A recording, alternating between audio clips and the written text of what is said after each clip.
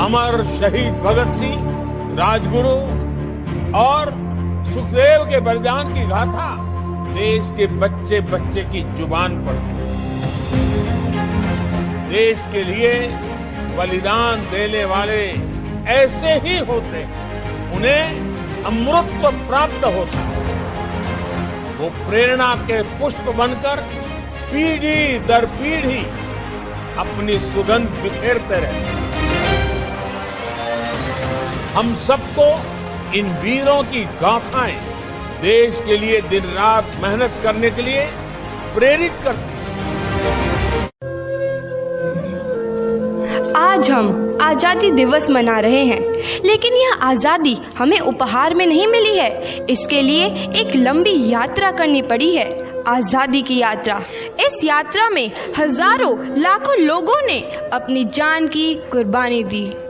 1919 जलियांवाला बाग। आज हमारी बैसाखी का दिन है, लेकिन पूरा पंजाब बैसाखी नहीं मनाएगा। हम सब बैसाखी नहीं मनाएंगे।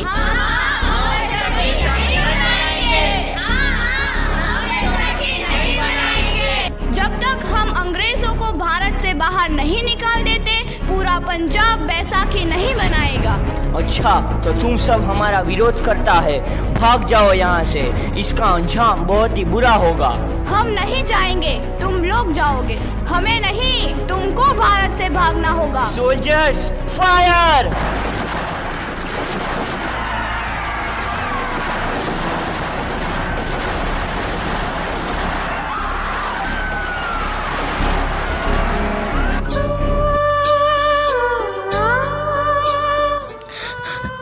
ज़मीन हमारी, ये धरती हमारी, ये खेत हमारे।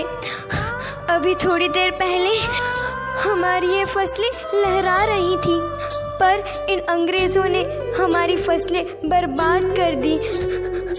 इन अंग्रेज़ों ने एक ही झटके में इन सब फसलों को काट दिया। अंग्रेज़ों, तुम्हारे इस अत्याचार से हम डरेंगे नहीं। इस अत्याचार का बदला लेकर रहेंगे। हम आजादी लेकर रहेंगे। जलियांवाला बाग हर हिंदुस्तानी की आंख नम कर गया। इस कांड में कितने मासूमों की आहुति चढ़ गई। इतनी हैवानियत से इंसानियत कत्ल कर दी गई। जलियांवाला बाग के हत्याकांड ने आज़ादी की आग में घी देने का काम किया। मासूम औरतों, बच्चों की दर्द भरी चीखें और सिसकियां इनकलाब का गूंज बनकर उभरी।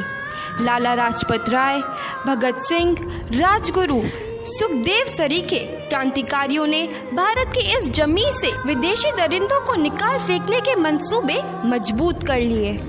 8 अप्रैल 1929 लाला लाजपत राय के नेतृत्व में साइमन कमीशन के खिलाफ एक भारी जुलूस निकाला गया।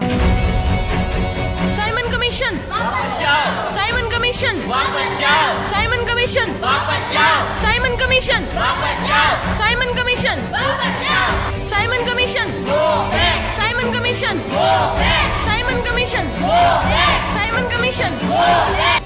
बेवकूफ इंडियंस, तुमको हमारी बात समझ में नहीं आती। Stop this. Simon commission go back. नहीं मानता। आई से स्टॉप दिस। लाला जी, आप आगे बढ़ो, हम आपके साथ हैं। लाला जी, संघर्ष करो, हम आपके साथ हैं। लाला जी, संघर्ष करो, हम आपके साथ हैं। लाठी चार्ज करो।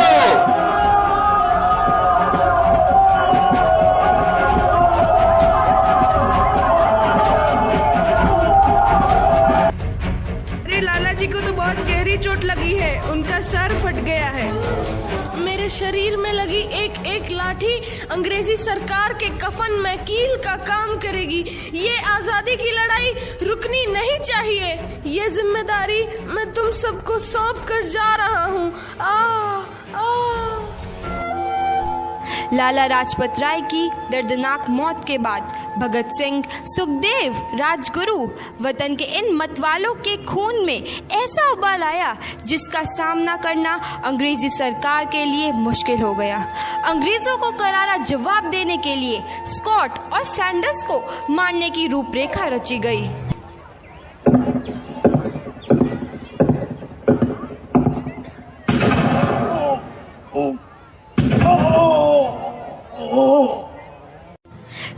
वापस मारा गया।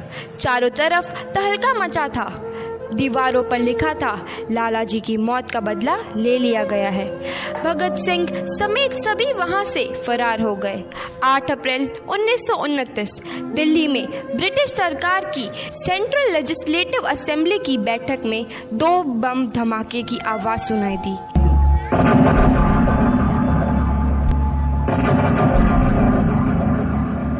धमाकों ने अंग्रेजी हुकूमत को हिलाकर रख दिया। इस घटना को अंजाम देने वाले भगत सिंह, राजगुरु और सुखदेव ने अपने आप को अंग्रेजों के हवाले कर दिया। 1930 को अदालत ने अपना फैसला सुनाया। मुलजिम भगत सिंह, मुलजिम राजगुरु, मुलजिम सुखदेव को दफा 121 और दफा 302 के तहत ये अदालत तीनों को मुजरिम करार देती है और इस गुस्ताखी के लिए ये अदालत इन तीनों को सजाए मौत की सजा।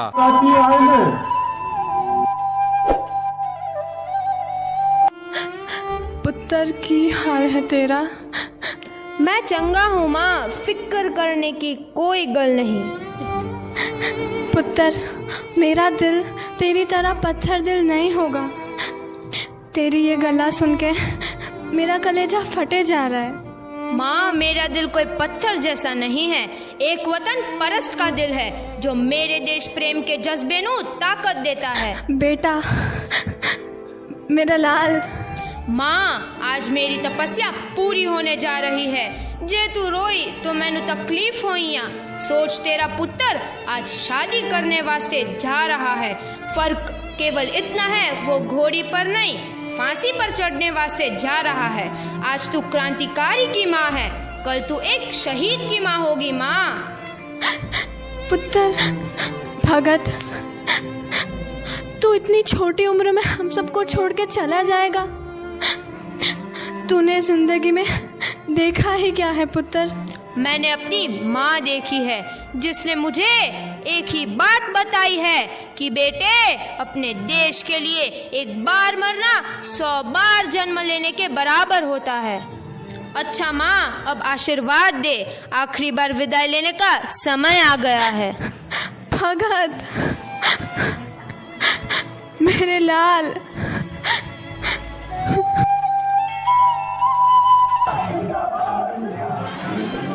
भगत सिंह, तुम्हारी कोई आखिरी ख्वाहिश? हमारे हाथ खोल दिए जाए। हम तीनों दोस्त एक दूसरे से गले मिलना चाहते हैं। इनके हाथ खोल दिए जाए।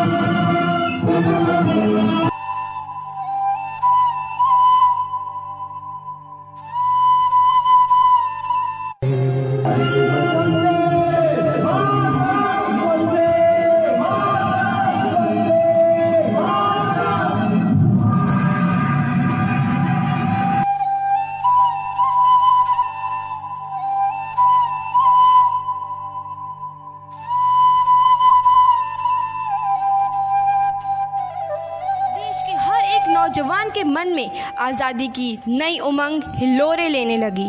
अंग्रेजों भारत छोड़ो का नारा जोर पकड़ रहा था।